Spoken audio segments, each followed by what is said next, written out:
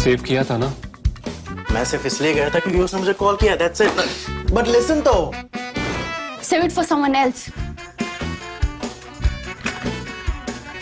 जिंदगी में सेव करना जरूरी है, मगर जब बात पैसों की हो, सिर्फ सेविंग से काम नहीं चलेगा। इक्विटी म्यूचुअल फंड्स में इन्वेस्ट कीजिए और अपने सेविंग्स को आगे बढ़ने का मौका दीजिए। Mutual fund investments are subject to market risks. Read all scheme-related documents carefully.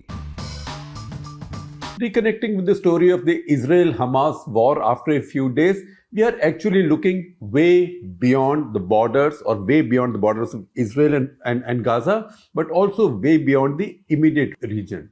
Because you know what, fighting a war is a very complicated thing. You ask any general, war looks easy in the movies, but in real life, war is very tough. Any war is tough. And what is tougher than a conventional war, than any war between nations? It's a war that a nation has to wage against an adversary who's not a nation. And that is what generally we would call an asymmetric war. Now, asymmetric war can be on many scales. Indian Army has fought asymmetric warfare for a long time with Lashkar-e-Toiba, Jaish-e-Mohammed. Indian paramilitary forces fight asymmetric warfare with Naxals in East Central India, in the East Central heartland of India, the mineral heartland of India, tribal mineral heartland of India.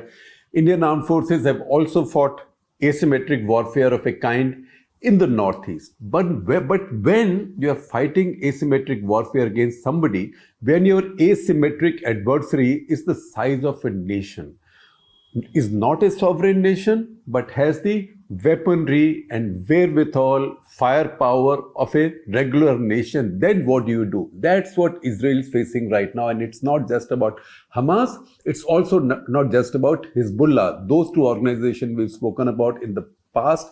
We know that Hamas has built this network of tunnels, this warren of tunnels. They can, even now, after all this bombing, can still fire 1,000 rockets at the same time at Israel and then go back into these tunnels. That is the one group. The other is Hezbollah. Again, we've spoken about Hezbollah, that they have more than 100,000, more than 1 lakh rockets, and now some guided missiles, cruise missiles that can go to 1,000 kilometers. Again, a non-state group, right? So these are not non-state actors carrying out acts of cross-border terrorism that we are familiar with in India. These are state-sized organizations. Now, even Hezbollah, you might say, all right, they have 100,000 fighters. They are sitting mostly in Lebanon, some in Syria, because they have to go there to help Bashar al-Assad fight against his own rebels. But still, they are there. Lebanon is not such a large country. They are only in a part of Lebanon. And in any case, they are part of a regular political party in Lebanon, which is also a member of the ruling coalition. So non-state, but not exactly the classical definition of non-state. Again, while they have these long-range missiles, that really does not bother Israel directly, because what they need for Israel is anything in the range of 100-150 kilometers that will reach almost any target in Israel that is worth hitting for them, or that's worth hitting for the Israelis. However, we've seen a different phenomenon now. So you've seen stories. I know these have gone under the radar screen because the bombing in Gaza, the humanitarian tragedy there, and the controversy, etc. That's the big story. So the other story, the other game that's playing out, that's gone under the radar screen, which is what we are talking about today. Now, in this period, we've seen the Americans and their allies. They brought in such heavy naval assets in the Mediterranean and also in the Red Sea. They have fleets there. Now they have 2 aircraft carriers and lots of large task forces and lots of other weaponry also. Among the weaponry that these ships carry, very importantly, are anti-missile missiles or anti-missile systems. That said, the other important thing that's happened is that the Israelis have also sent their naval ships now in Red Sea and way south of Israel. So what the hell are they doing there? Because they are nowhere near Israel's coastline. They are nowhere near the waterways approaching Israel. Israel does not have to defend its waterways from any foreign navy. So what are Israel's naval ships, naval frigates, destroyers? They are going so far down Red Sea. See on the map where Red Sea is and how far down. Generally, we don't know the location of the ships, how far down they've gone there, why have they gone there. That's because a new threat has emerged.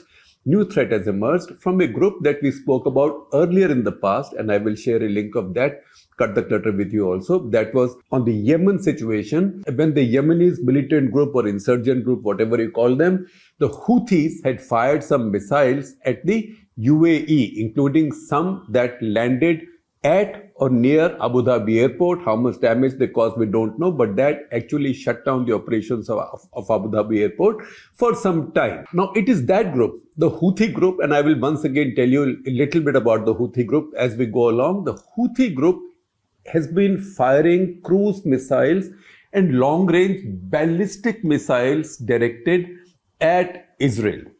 One of those missiles, we had reported to you earlier, seemingly was intercepted by the Saudi anti-missile batteries. American supplied Saudi anti-missile batteries. And we noted that as a geopolitical event, that Saudi, an Arab country, Muslim Arab country, in fact, the preeminent Muslim Arab country, fundamentally, at least supposedly opposed to Israel, actually intercepted a missile from a Muslim force targeting Israel. So we took note of it purely as a geopolitical event, and that's important. But now you are seeing these videos of Israelis F-35s going up, and there are some dramatic videos. We'll try and show you one odd as I speak. These videos show you that these cruise missiles have been fired towards Israel, and Israeli F-35s also have gone up in the air to intercept them. And Israeli F-35s are then using arrow missiles or whatever other missiles to bring these down.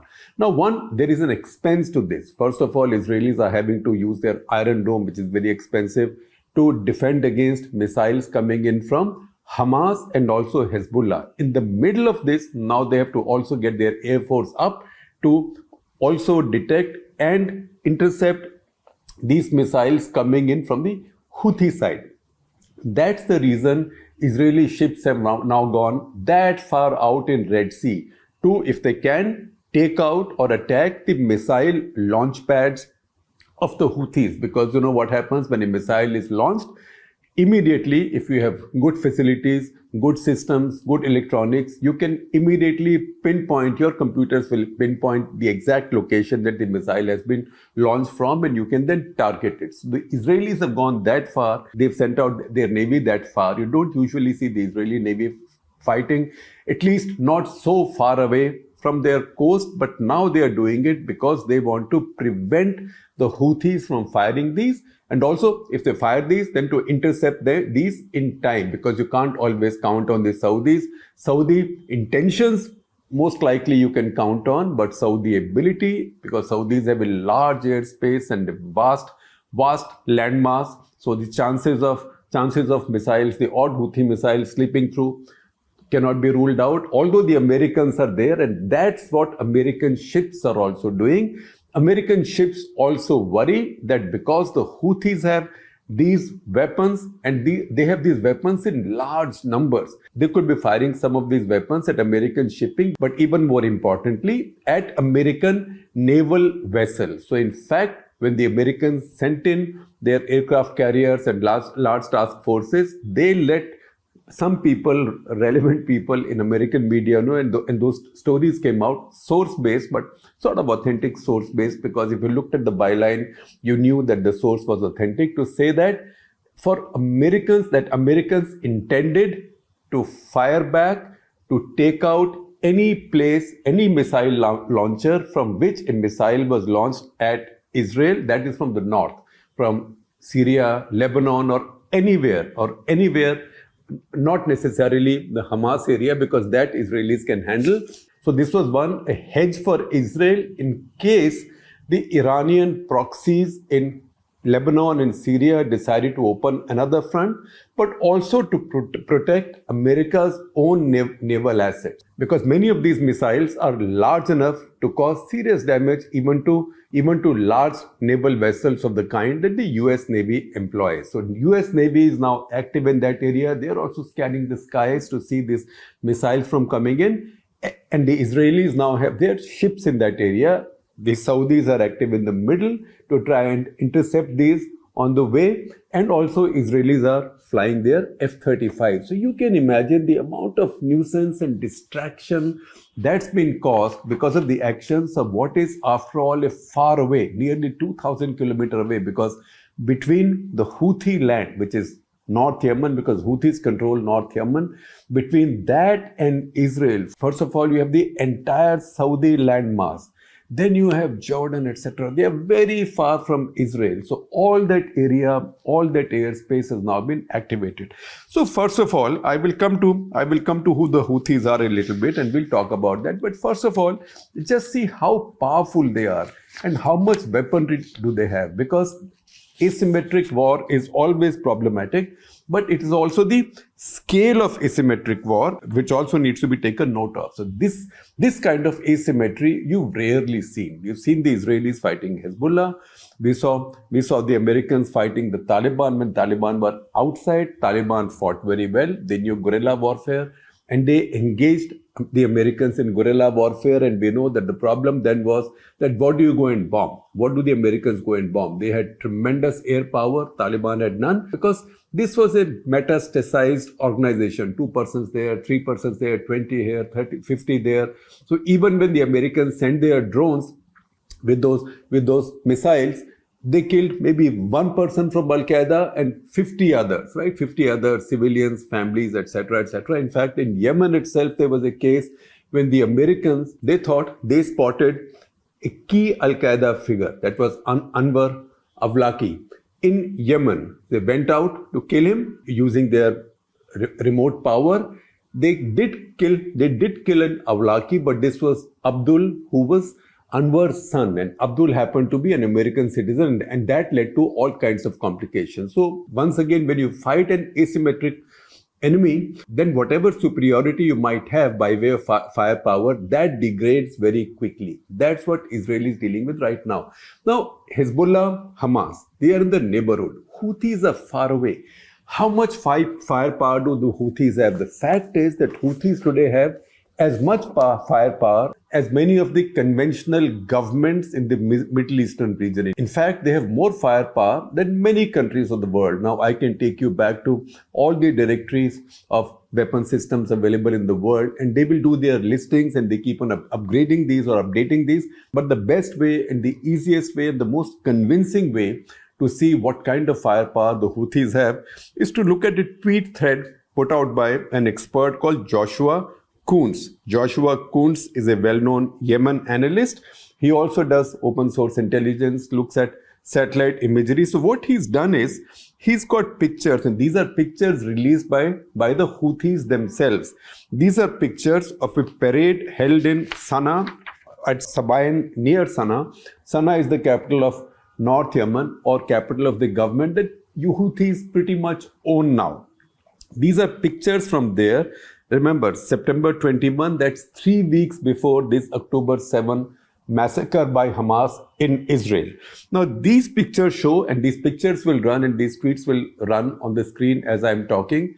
Look at the kind of armory or weapon systems these pictures show just in the hands of an irregular army which is engaging its neighborhood, Saudi Arabia, UAE, anybody, and now Israel in asymmetric warfare. So you see Mi-8 and Mi-17 helicopters. Mi-8s usually are for transport use. Mi-17s are also employed for in attack role. Asif 1, 2, 3 and Malak boats. These boats are then used with mines, so you can lay mines. Now you can see Yemen. If you see Yemen on the map, on both sides there are very busy, the world's busiest sea lanes are there.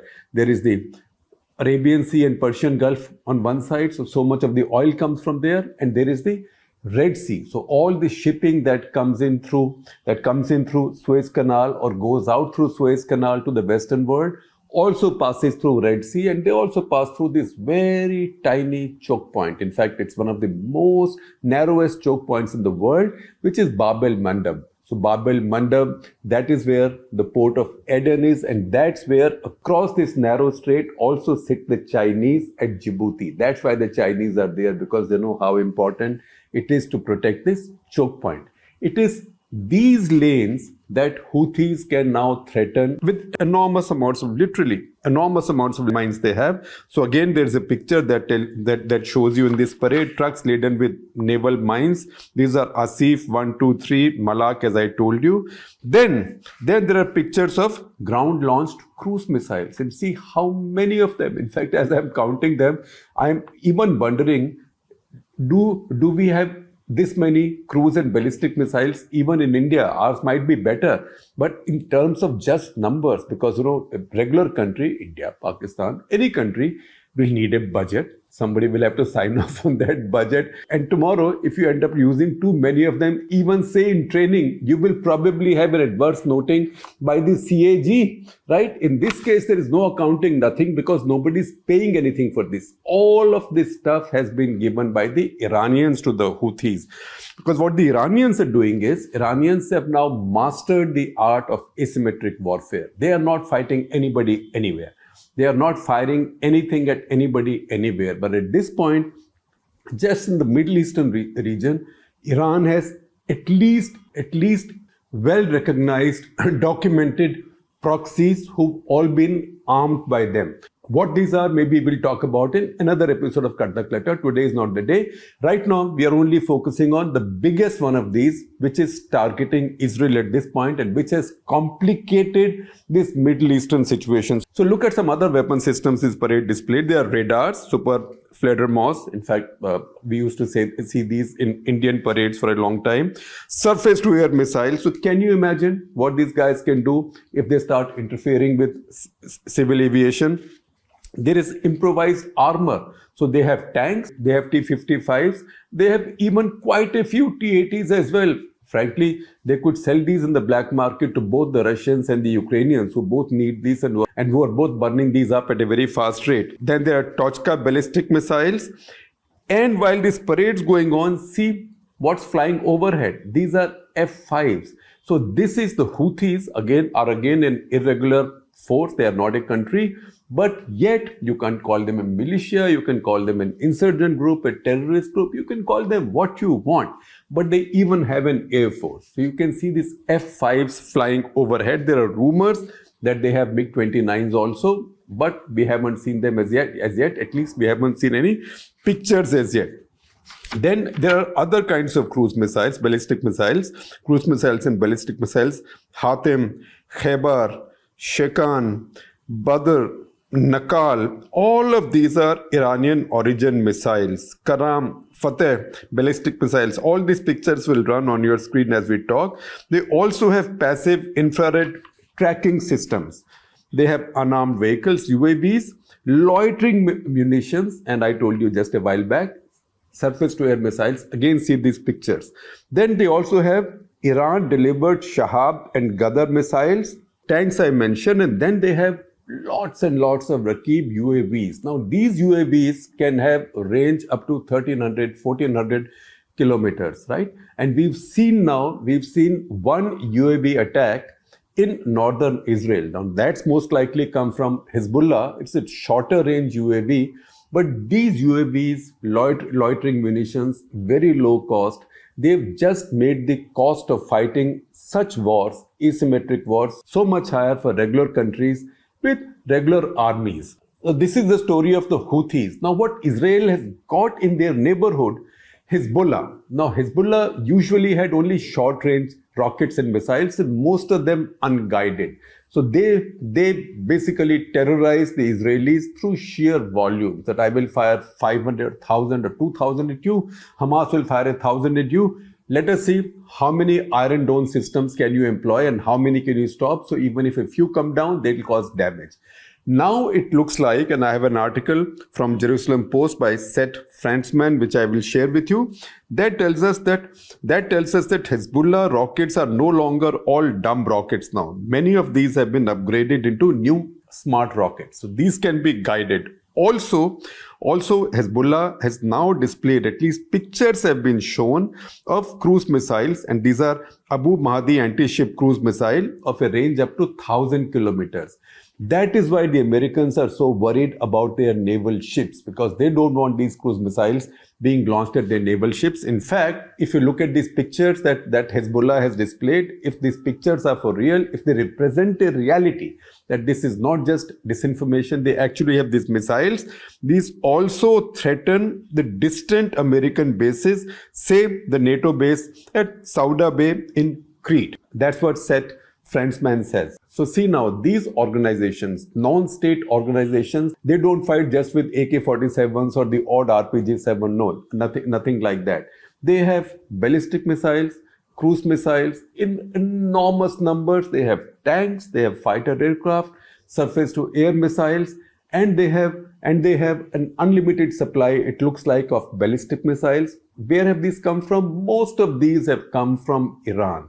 So once again, what's the question? Is Iran involved in this war? Yes or no? Answer is yes. Is Iran fighting this war? Yes or no? Answer is no. Then it follows that if Iran is not fighting this war, how could it be still involved in this war? That's because Iran is fighting through its proxies. And this is how well armed its proxies are. This detail, I thought, is interesting for us, important for us to understand how serious this asymmetric warfare is, and how the idea of asymmetric warfare has been completely redefined now. Now, I told you earlier on that I will tell you who the Houthis are. We talked about it in detail in the earlier episode of CTC, so please watch there. But basically, Houthis are Shias or a subsect of Shias. So of the 42% Shias in Yemen, a majority, almost 90%, are Houthis. Houthi means tribe, not a specific tribe, but it means tribe. So tribesmen, tribal brothers. Now the little difference between them and the larger body of Shias is, Shias have many sects and subsects between them, but the largest body of Shias are called 12ers, in the sense that they believe in 12 imams. They also follow Imam Ali, who was the cousin and son-in-law of the Holy Prophet, Prophet Muhammad. Houthis, on the other hand, are called Zaydis. And why are they called Zaydis? Because they follow, while they are Shia, they follow Zayd ibn Ali, who is the great-grandson of Imam Ali. So once again, it's a subsect within the Shias. And they are the ones who've now been armed like this. So what have the Iranians done? Iranians have been talking about an axis of resistance, which they say is an arc. It's like a crescent, which goes, if you draw an arc, crescent-like arc from, say, Tehran right up to Jerusalem or Al-Aqsa Mosque. That is what the Iranians are doing. And Houthis and Hezbollah and Hamas are all part of that axis of resistance, with one difference: all the rest are Shias, but Hamas is Sunni.